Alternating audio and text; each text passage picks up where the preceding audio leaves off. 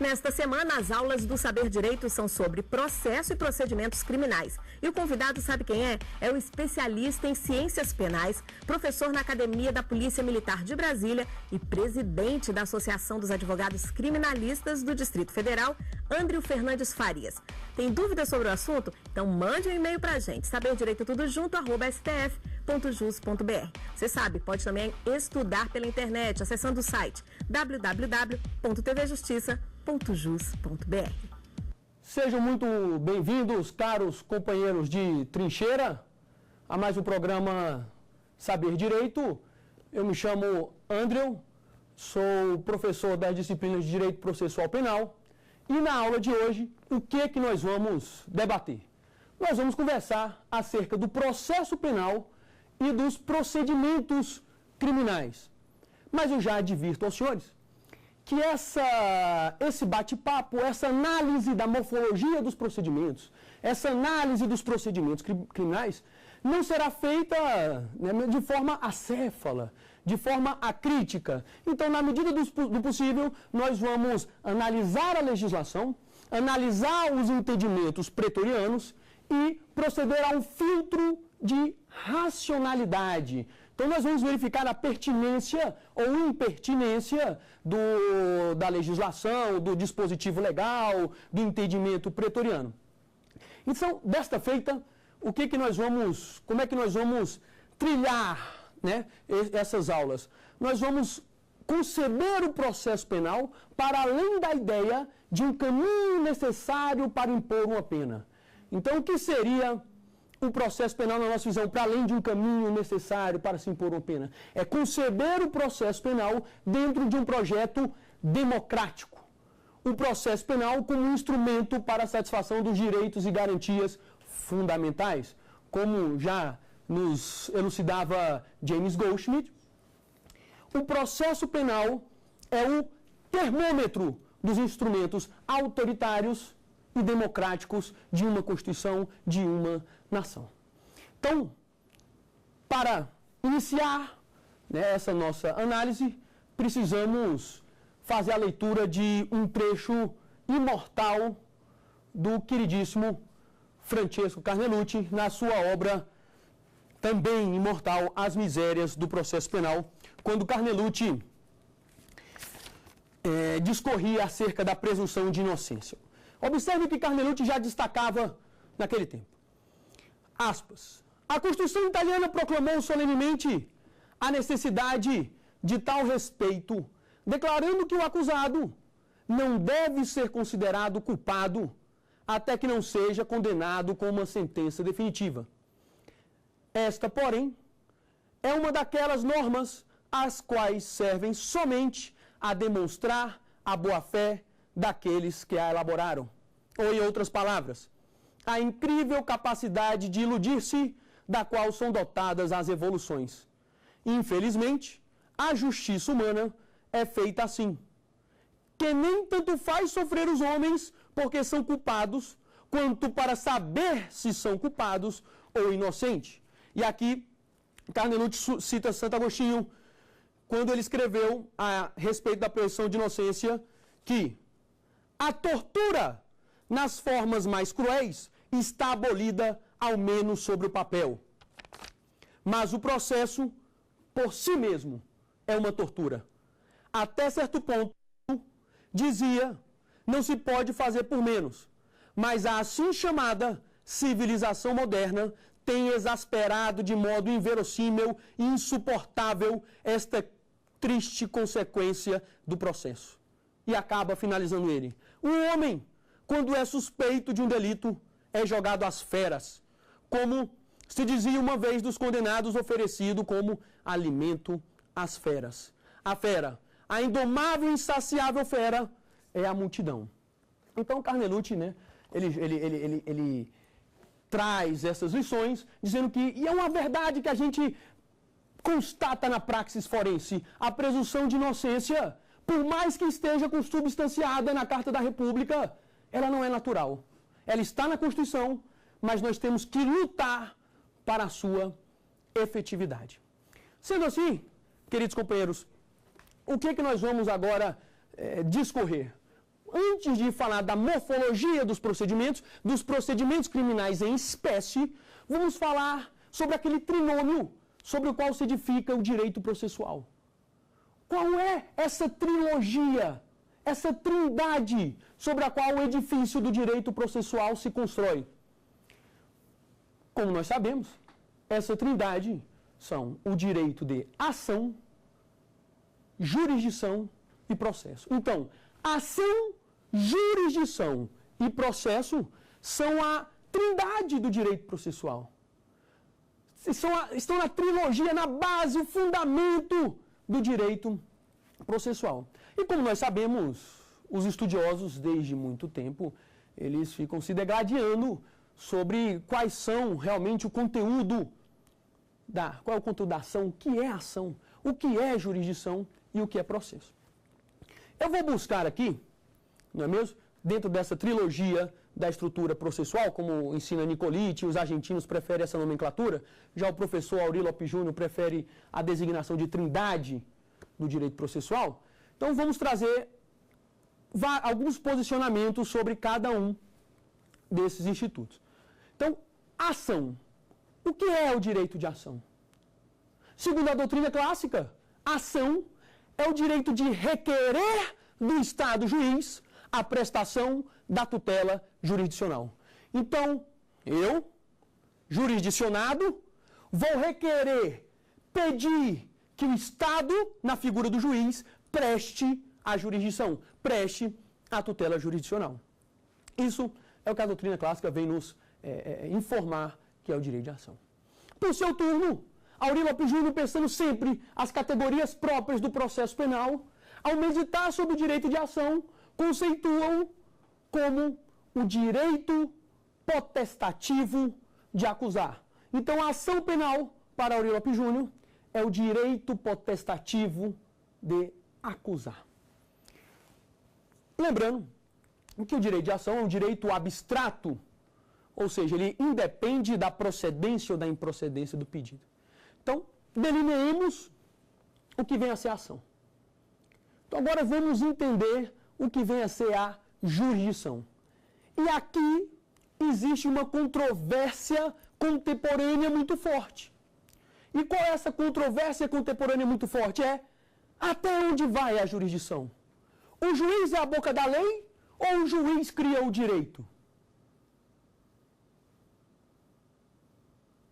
Até onde o juiz pode ir? Isso está linkado com as controvérsias acerca do ativismo judicial.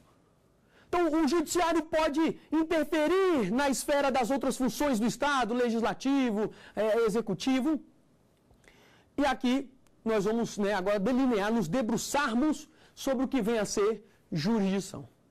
Mais uma vez, nos socorrendo das doutas lições de Auri Lopes Júnior, vai nos informar que a jurisdição é o poder, dever do Estado realizar a justiça. Então, jurisdição é o poder, dever do Estado realizar a justiça estatal, obviamente. Já o professor Fred Didier, que é citado, por exemplo, por Nestor Távora, vai nos informar aqui o que é jurisdição. E ele vai nos informar que a jurisdição é uma função.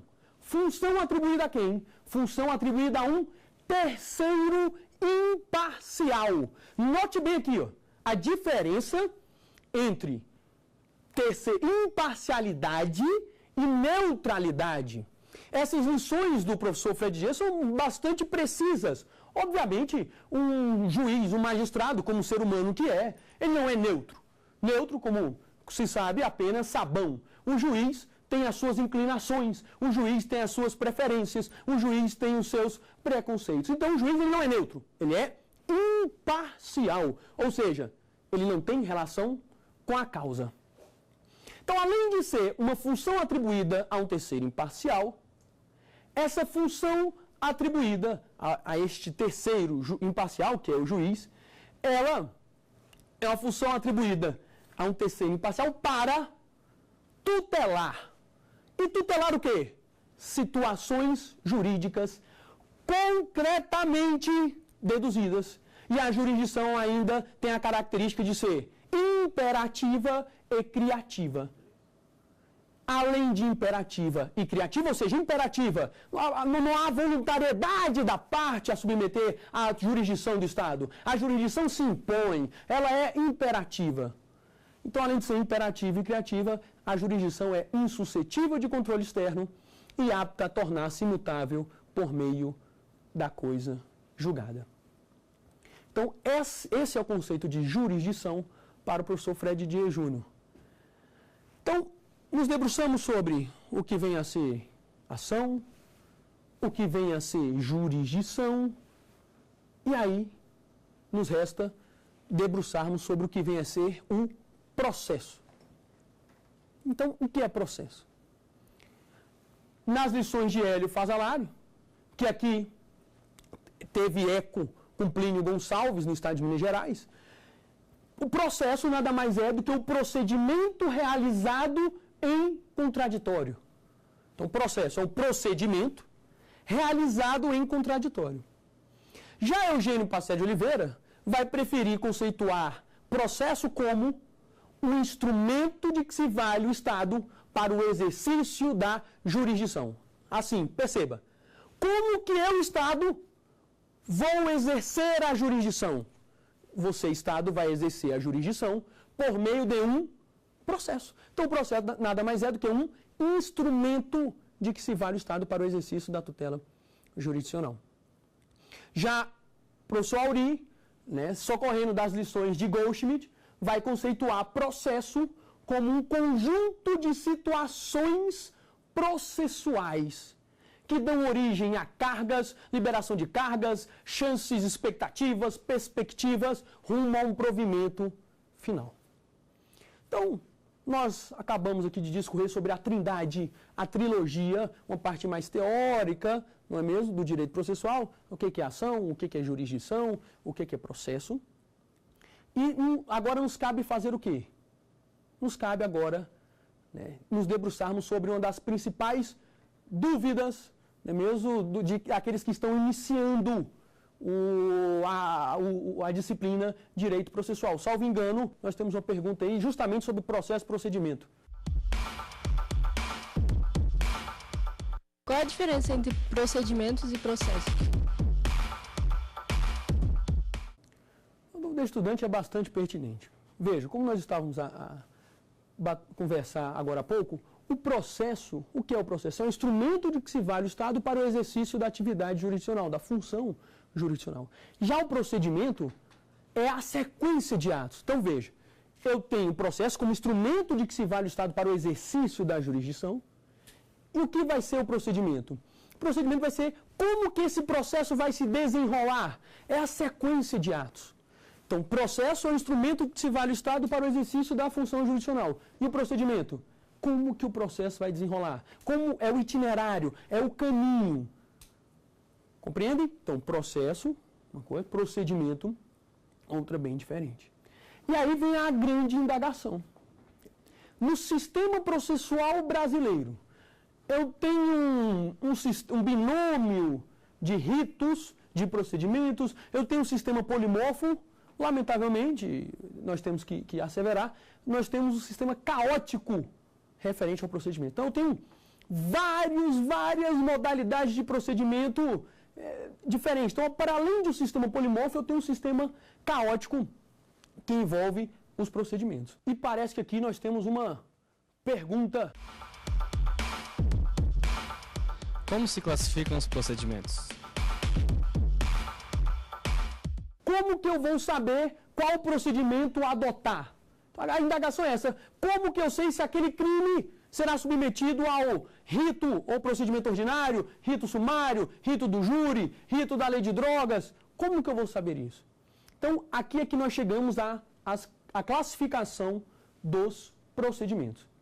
Então, perceba, o procedimento, ele se classifica em comum e especial. Então, os procedimentos, segundo o artigo 394 do Código de Processo Penal, o seu caput, se classificam em comum e especial. O procedimento comum pode ser ordinário, sumário e sumaríssimo. Então vejam, eu tenho procedimentos. Como que eles se dividem? Comum e especial. O que é o procedimento comum? É aquele que é ordinário, sumário ou sumaríssimo. E quem é o procedimento especial? O procedimento especial é aqueles que possuem regramento próprio. Então, você chega ao procedimento especial por exclusão. Procedimento é ordinário? Não. É sumário? Não. É sumaríssimo? Não. Então ele é o quê? Especial, porque ele possui um regramento próprio. E aí vem a indagação. Quando que o procedimento será ordinário? Quando que ele será sumário? Quando que ele será sumaríssimo, que é o rito da Lei 9.099 dos Juizados Especiais Criminais? Então vejam, quando o crime, e aqui muito cuidado com o que eu vou falar, tem a pena máxima combinada em abstrato igual ou superior a 4 anos, o rito será ordinário. Então vou repetir. Quando o crime tiver a pena máxima combinada em abstrato igual ou superior a 4 anos, o rito será ordinário. Por seu turno, se a pena combinada ao crime for inferior a 4 anos, e aqui o detalhe, e superior a 2, o procedimento será sumário. E quando que eu vou para o procedimento sumaríssimo? Nas infrações penais de menor potencial ofensivo. Então, vamos ver como é que isso está inserido dentro da legislação adjetiva repressiva. Vamos fazer a leitura do artigo 394 do CPP. Olha o que ele nos diz. Diz o artigo 394. Caput. O procedimento será comum ou especial, como nós vimos aqui. Parágrafo 1º. O procedimento comum será ordinário, sumário ou sumaríssimo. Inciso 1º. Ordinário, quando tiver por objeto crime cuja sanção máxima combinada for igual ou superior a 4 anos de pena privativa de liberdade. 2. Sumário, quando tiver por objeto crime cuja sanção máxima combinada seja inferior a 4 anos de pena privativa de liberdade. Então, o inciso 2º do parágrafo 1º do artigo 394 do CPP diz o quê? Sumário, quando tiver pena máxima inferior a 4. Aí os senhores podem indagar. Mas, o senhor acabou de dizer que é inferior a 4 e superior a 2? Sim, e eu reitero. Por quê? Porque aqueles crimes que têm pena igual ou inferior a 2 anos serão submetidos a julgamento perante o rito sumaríssimo, perante os juizados especiais criminais. Então, recapitulando. Ordinário, pena máxima igual ou superior a 4. Sumário, pena inferior a 4 e superior a 2. Qual o cuidado que você tem que ter aqui no procedimento sumário? Se a pena máxima for igual a 4, rito ordinário. Se a pena máxima for igual a 2, rito sumaríssimo. Então o sumário ele fica entre o 4 e o 2. E o sumaríssimo, como nós falamos já, são as infrações de menor potencial ofensivo. Aí, indaga-se, mas o que são as infrações de menor potencial ofensivo? O que são infrações de menor potencial ofensivo, nós encontramos no artigo 61 da Lei 9.099 de 95, a Lei dos Juizados Especiais. Lá no artigo 61 da Lei dos Juizados Especiais, ele vai nos dizer o seguinte: são infrações de menor potencial ofensivo as contravenções penais, né, o crime anão, o delito liliputiano, todos sinônimos. Então, contravenção penal é sinônimo de delito liliputiano, que é sinônimo de crime anão. Então, as contravenções penais se submetem ao rito sumaríssimo, rito do Juizado Especial Criminal. Então, infração de menor potencial ofensivo, o que é? São as contravenções penais e os crimes em que a pena máxima combinada seja igual ou inferior a 2 anos. Então, rito sumaríssimo, processa-se as infrações penais de menor potencial ofensivo. Quais são as infrações penais de menor potencial ofensivo? Contravenções penais e crimes com pena igual ou inferior a 2 anos de pena privativa de liberdade. Então está aqui. Procedimentos. Comum e especial. Comum pode ser ordinário, sumário e sumaríssimo. E aí indaga-se. E o procedimento especial? Eu disse aos senhores. São todos aqueles que possuem regramento próprio. Então, por exemplo, a lei de drogas ou lei antidrogas, a lei 11.343, é um procedimento especial? Sim, a lei 11.343 é um procedimento especial. Aí vem a grande indagação, cuidado com isso.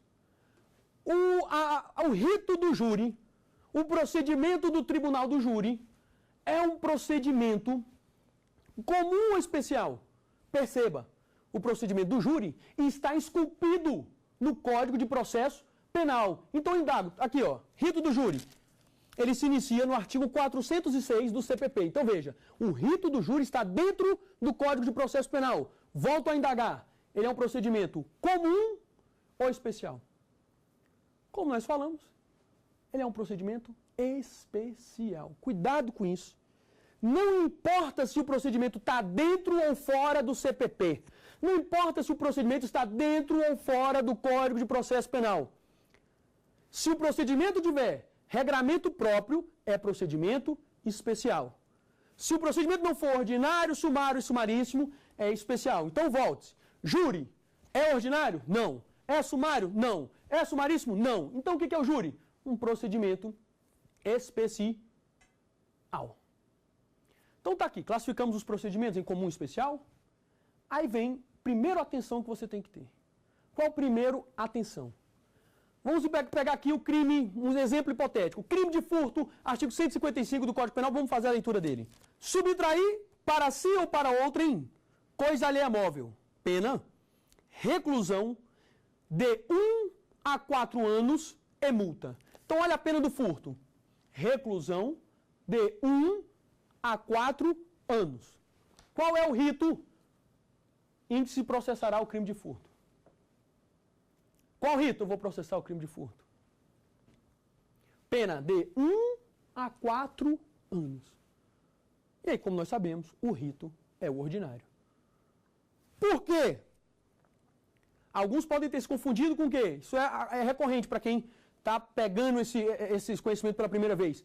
Por que pode ter confundido? Porque olhou para a pena mínima.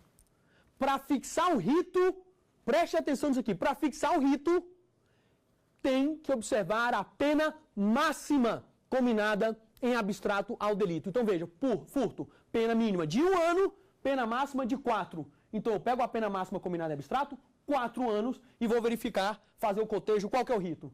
Crimes em que a pena seja igual ou superior a 4, qual que é o rito?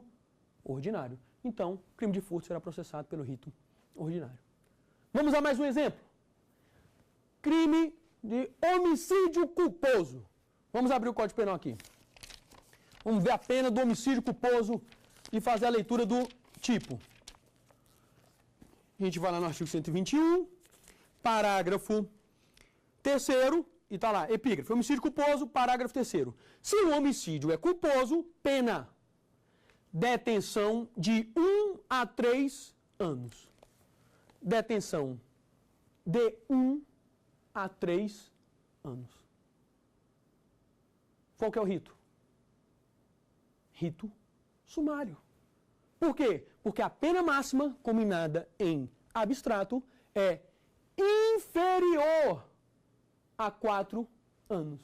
A pena privativa de liberdade é inferior a 4 anos. Por quê? A gente viu, homicídio culposo, pena máxima 3 anos. Se a pena máxima é de 3 anos, inferior a 4, qual que é o rito? Rito sumário. Para finalizar, para exemplificar todos, vamos ao artigo 331 do Código Penal, só vendo está capitulado, está tipificado o crime de desacato, exatamente. 331, vamos lá. Desacatar funcionário público no exercício da função ou em razão dela. Pena, detenção de 6 meses a 2 anos ou multa. Detenção de 6 meses a 2 anos. Qual que é o rito? Que será processado o delito de desacato? Rito sumaríssimo. Rito sumaríssimo. Vou ler de novo a pena de desacato. Detenção de 6 meses a 2 anos ou multa. Veja, crime em que a pena combinada seja igual ou inferior a 2, qual que é o rito? Sumaríssimo. Rito dos juizados especiais criminais. Então vejam, nós já sabemos como classificar os ritos em comum e especial, nós já sabemos quando o crime vai ser julgado pelo procedimento ordinário, nós já sabemos quando um crime vai ser julgado pelo procedimento sumário e sumaríssimo, aí vem aquelas dúvidas que começam a nos assaltar. Vamos descer no pré-sal, vamos aprofundar o conhecimento, vamos a fundo. Salve engano, nós temos a pergunta. Na hipótese de concurso de crimes, as penas devem ser somadas para a fixação do rito? E na hipótese de um homicídio culposo com ocultação de cadáver? Com qual rito eu vou estabelecer? Vamos ler. Como nós já sabemos, homicídio culposo. Pena máxima, 3 anos. E a da ocultação de cadáver? Vamos ler o tipo da ocultação de cadáver aqui no Código Penal, 211 do Código Penal. Vamos lá. Artigo 211. Destruir, subtrair ou ocultar cadáver ou parte dele. Reclusão de 1 a 3 anos e multa. Então vejam só. Eu tenho um concurso material entre homicídio culposo, pena de 3 anos, pena máxima 3 anos, e ocultação de cadáver, pena máxima 3 anos. Qual é o rito que será processado e julgado essa situação? Cada um, vamos, obviamente, dentro de um caso de conexão ou continência. No caso, um caso de conexão. Qual rito que será processado este fato delituoso? Será o quê? No caso de concurso material, eu vou somar as penas. Então, eu tenho homicídio culposo, pena máxima 3, ocultação de cadáver, pena máxima 3 anos, soma-se, dá uma pena de 6, que é maior do que 4 anos, sendo assim, o rito será o quê? O rito do procedimento ordinário. Então, cuidado com isso. Preste atenção. Na eventualidade de concurso de crime, concurso material, concurso formal impróprio, eu vou somar as penas. Ao somatório das penas. Agora, a divergência começa quando? A divergência começa em relação às causas de aumento e diminuição. Causa de aumento e diminuição devem ser consideradas para a fixação do rito. Causa de aumento e diminuição devem ser consideradas para estabelecer o procedimento. E aqui temos uma divergência. Por exemplo, o professor Renato Brasileiro de Lima entende que as causas de aumento e diminuição devem sim ser consideradas para estabelecer o rito. E como que eu vou considerar a causa de aumento ou de diminuição? Porque, via de regra, elas vêm numa fração, hipoteticamente, de aumento de 1/6 a 1/3, aumento de 1/3 a 2/3. Como que eu vou considerar essa causa de aumento? A causa de aumento, segundo o professor Renato Brasileiro de Lima, será considerada na sua fração máxima. E a causa de diminuição? Na sua fração mínima. Então, tem a causa de diminuição. Diminua de 1/3 a 2/3. Então, você vai diminuir o mínimo. Vai diminuir 1/3. Aumente-se de 1/3 a 2/3. Você vai aumentar o máximo. Vai aumentar 2/3. Ficou claro isso? Segundo o Renato Brasileiro, então, considera-se sim causa de aumento e causa de diminuição para fixar o rito. Causa de aumento na fração máxima, causa de diminuição na fração mínima. Qual é a lógica? A lógica é a pior das hipóteses. É a pior das hipóteses. No entanto, Gustavo Henrique Badaró vai nos ensinar que não. Causas de aumento e diminuição não devem ser consideradas para fixar o rito. Então, nós temos essa divergência entre Renato Brasileiro, por um lado, dizendo que sim, deve ser considerado causas de aumento e diminuição, e, por outro lado, o Gustavo Henrique Badaró dizendo que não devem ser consideradas as causas de aumento e de diminuição. Agora vamos para um ponto fundamental, que vai nos servir para as próximas aulas. Quando a gente estiver estudando no meio dos procedimentos, no meio do procedimento, como é que é o procedimento ordinário, como é o procedimento sumário, isso aqui será muito importante. São as disposições do artigo 394, parágrafo 4º e 394, parágrafo 5º do Código de Processo Penal. O que nos diz o artigo 394, parágrafo 4º do CPP? Ele vai nos dizer o seguinte. A gente vai analisar isso com muita cautela lá na frente. Olha só. As disposições do artigo 395 a 398 deste Código aplicam-se a todos os procedimentos penais de primeiro grau, ainda que não regulados por este Código. Eu vou ler de novo. As disposições do 395 a 398 aplicam-se a todos. Eu disse todos os procedimentos penais de primeiro grau. O que são as disposições do artigo 395? 395 vai falar da rejeição da denúncia. O 396, o 396A vai falar da resposta à acusação, então rejeição da denúncia, resposta à acusação, e o 397 vai falar da absolvição sumária. Então, rejeição da denúncia, resposta à acusação e a absolvição sumária, segundo o artigo 394, parágrafo 4º, aplicam-se a todos os procedimentos penais de primeiro grau, ainda que não regulados pelo Código de Processo Penal.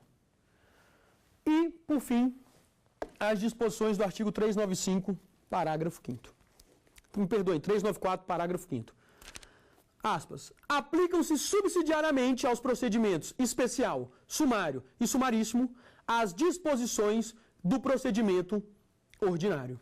Então, vejam, segundo o artigo 394, parágrafo 5º, as disposições do procedimento ordinário vão se aplicar subsidiariamente aos procedimentos especiais, sumário e sumaríssimo. Então, veja, os procedimentos especiais, sumário e sumaríssimo, vão se alimentar do procedimento ordinário. O procedimento ordinário é a verdadeira coluna vertebral.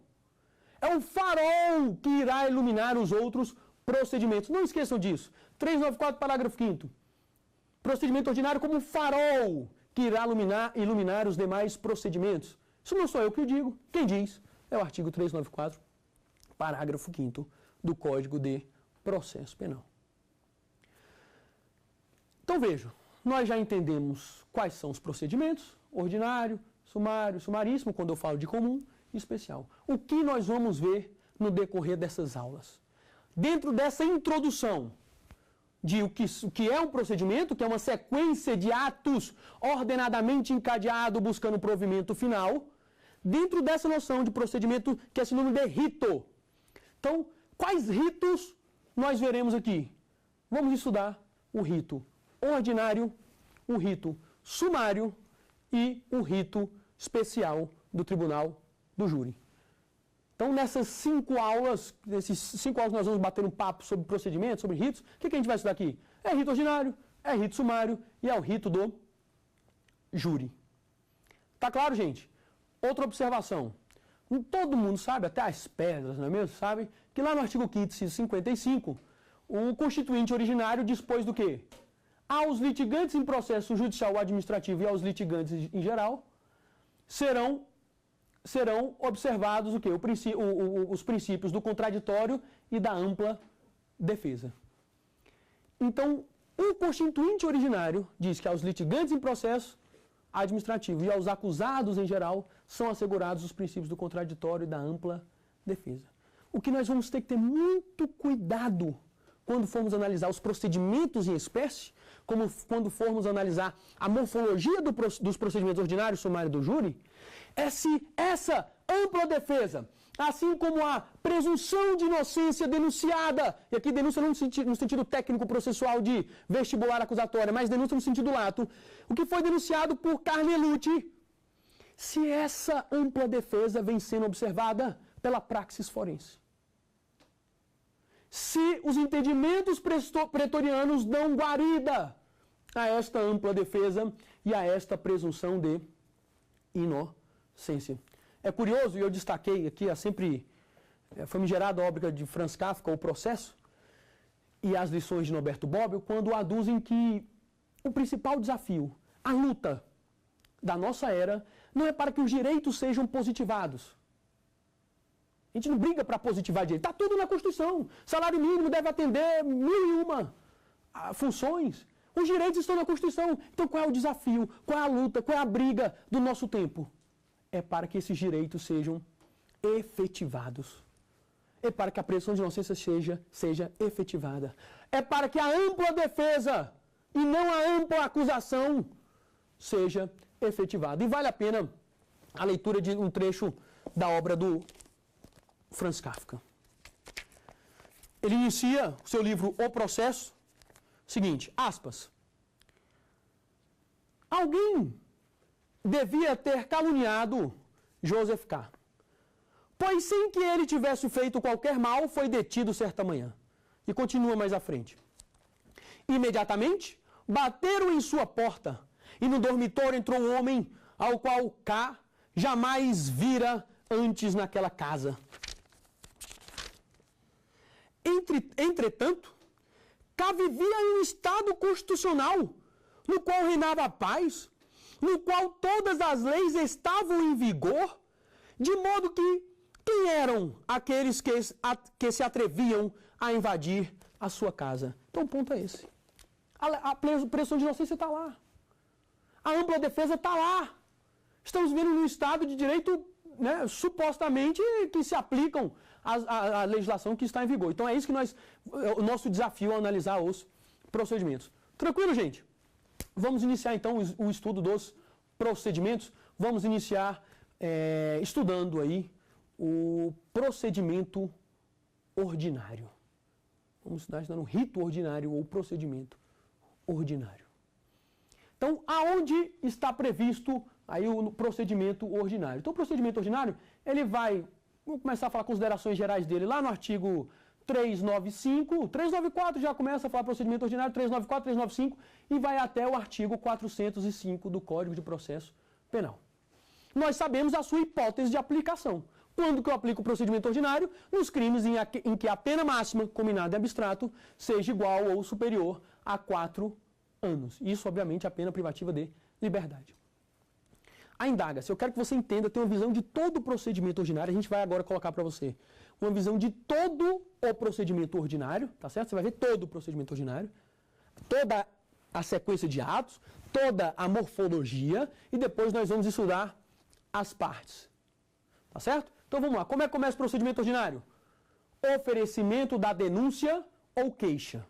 Denúncia, na hipótese de ação penal pública, incondicionada ou condicionada, e queixa nos crimes que se movem mediante ação penal privada. Essa denúncia ou queixa, como já dizia o advogado Antônio Carlos de Almeida Castro, é um dos primeiros, mais comezinhos, fundamentais direitos do réu, um dos fundamentais direitos do acusado, do denunciado ou do querelado, qual é? Esse dos principais direitos dele. É o direito de ser bem acusado. Então, qual direito que o acusado, um dos primeiros direitos que o acusado tem? Direito de ser bem acusado. Isso parece até um paradoxo, parece uma contradição. Como que o réu tem direito de ser bem acusado? É porque, consoante dispõe o artigo 41 do Código de Processo Penal, a denúncia ou queixa deve descrever o fato delituoso com todas as suas circunstâncias. Vou repetir. Com todas as suas circunstâncias. E por que isso é positivo para o réu? Imagine você a seguinte situação hipotética.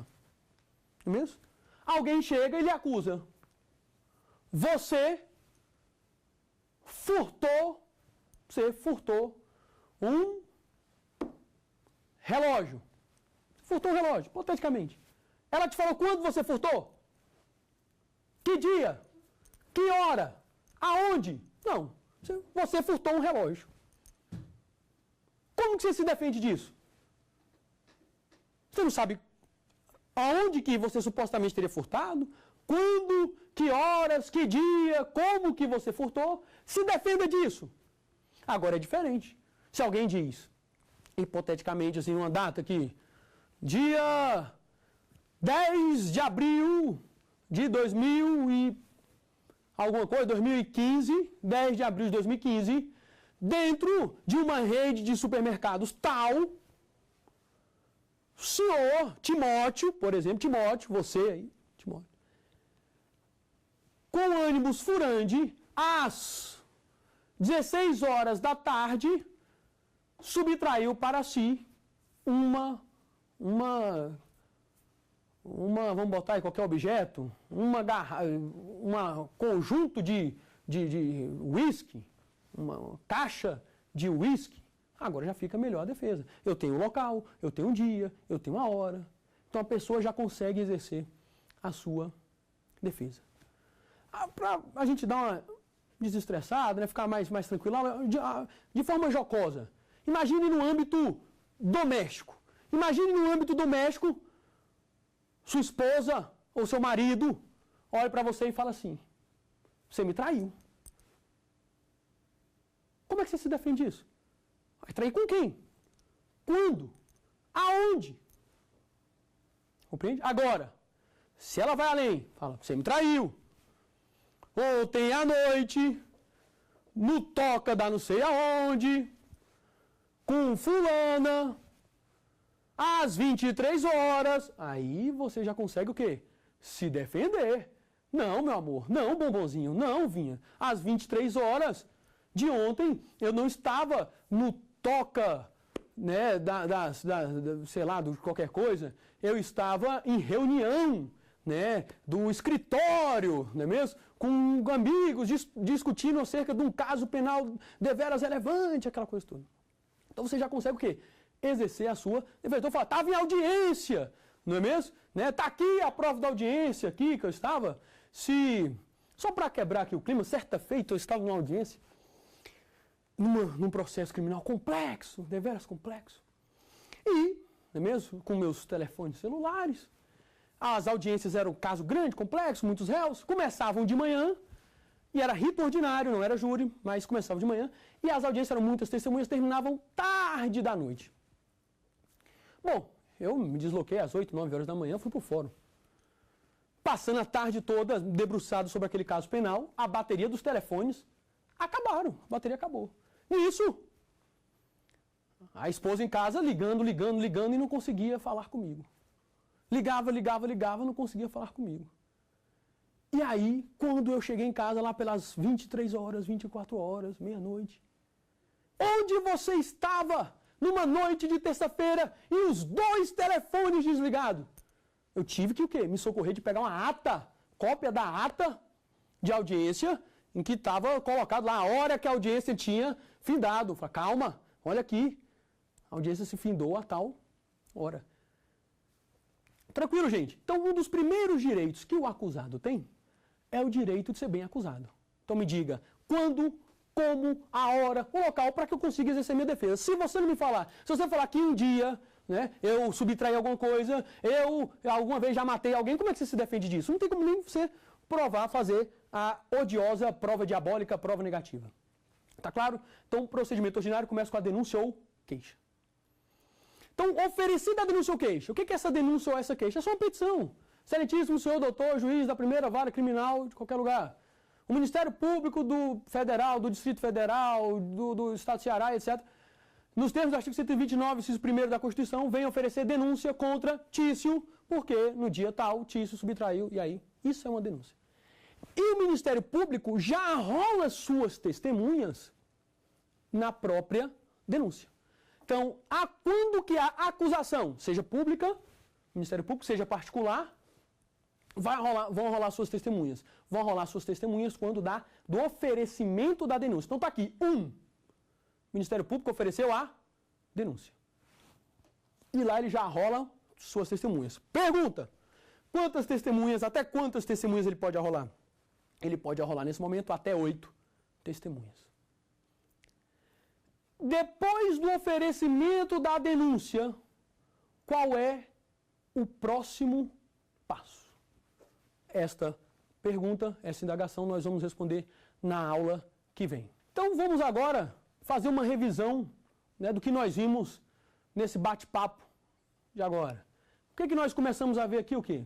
Então, vamos estudar os procedimentos criminais para além daquela visão de processo como caminho necessário para impor uma pena. Vamos entender o processo e os procedimentos como o quê? O procedimento e um processo voltado como instrumento de um projeto democrático, processo para assegurar direitos e garantias fundamentais, processo comprometido com as garantias constitucionais, processo penal comprometido com a Constituição Federal, com as garantias lá esculpidas, e processo penal comprometido com o sistema, o regime democrático. Depois passamos para entender a Santa Trindade do direito processual, ou trilogia da estrutura do processo, e aí vimos os conceitos de ação, jurisdição e processo. Diferenciamos em seguida processo de procedimento, Processo como instrumento que se vale o Estado para o exercício da jurisdição. Processo como a forma, o caminho, o itinerário, como sequência de atos ordenadamente encadeados, tá certo? Depois passamos a nos debruçar sobre a classificação dos procedimentos. Vimos que o procedimento ele pode ser comum ou especial. O procedimento comum pode ser ordinário, sumário e sumaríssimo. E o procedimento especial são aqueles que possuem um regramento próprio. Para além disso, né, fizemos aquelas observações no que tange a qual é o meu parâmetro para fixar o rito, e como advertimos, o parâmetro é a pena máxima combinada em abstrato. Vimos que na hipótese de concurso de crimes, concurso material, concurso formal e próprio, as penas devem ser somadas. Verificamos a divergência entre Renato Brasileiro e Gustavo Henrique Badaró. Para Renato Brasileiro de Lima, as causas de aumento e diminuição devem ser consideradas. Para o professor Gustavo Henrique Badaró, causas de aumento e causas de diminuição não devem ser consideradas para fixação do rito.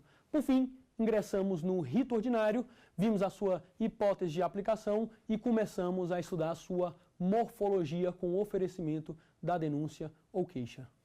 Até a próxima aula, foi sempre um prazer estar aqui com os senhores e eu aguardo os senhores no nosso segundo bate-papo. Tem dúvidas sobre o assunto? Então mande um e-mail pra gente, saberdireitotudojunto@stf.jus.br. Você sabe, pode também estudar pela internet, acessando o site www.tvjustiça.jus.br.